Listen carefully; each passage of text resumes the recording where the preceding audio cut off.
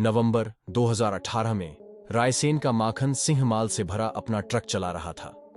रास्ते में एक अज्ञात व्यक्ति ने यात्री बनकर उसके ट्रक पर सवारी बना ली।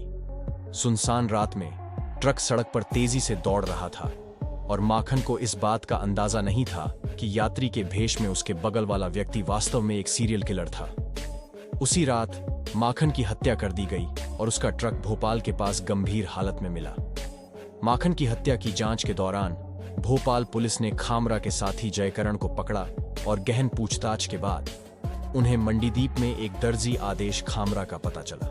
जब आदेश को पकड़ा गया तो पुलिस इस बात से अनजान थी कि उन्होंने देश के सबसे कुख्यात सीरियल किलर को पकड़ लिया है। पहले तो आदेश चुप रहे, लेकिन जब पुलिस ने उनके बेटे को भी मामले में फंसाने का इशारा किया तो वह टूट गए। बाद में उसने चौंकाने वाला खुलासा किया जिससे पुलिस भी हैरान रह गई। अपने गिरोह की मदद से उसने 9 साल के दौरान 9 राज्यों में 33 हत्याएं की। वे सड़क किनारे ढाबों पर ट्रक ड्राइवरों और सहायकों को जाल में फंसाने से पहले उनसे दोस्ती करते थे।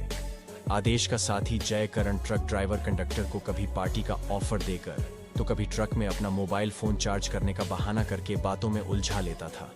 मिठाई में नशीला पदार्थ खिलाकर हत्या कर देते थे और लूटपाट करते थे। वे मारे गए पीड़ितों से चुराया गया सामान भी बाजार में बेच देते थे। प्रत्येक हत्या के लिए उन्हें 25 से 30 हजार रुपए तक मिलते थे।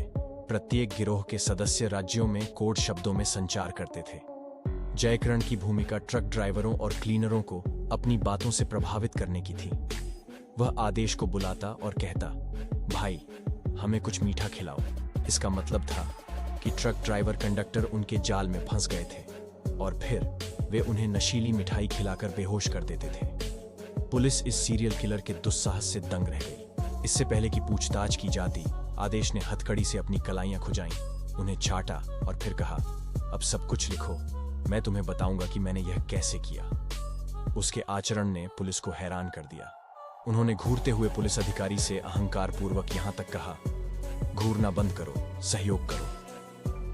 अपराध की दुनिया में प्रवेश करने के बाद उसने परिवहन से जुड़े लोगों को निशाना बनाने के अलावा आम लोगों की भी हत्या कर दी। अपनी आपराधिक गतिविधियां शुरू करने से पहले आदेश एक दर्जी के रूप में काम करता था, लेकिन आय उसके परिवार के खर्चों को चलाने के लिए पर्याप्त नहीं थी। अपराध की ओर रुझान रखने वाले दोस्तों के चक्कर में पड़कर आदेश ने अपराध की दुनिया में कदम रख दिया।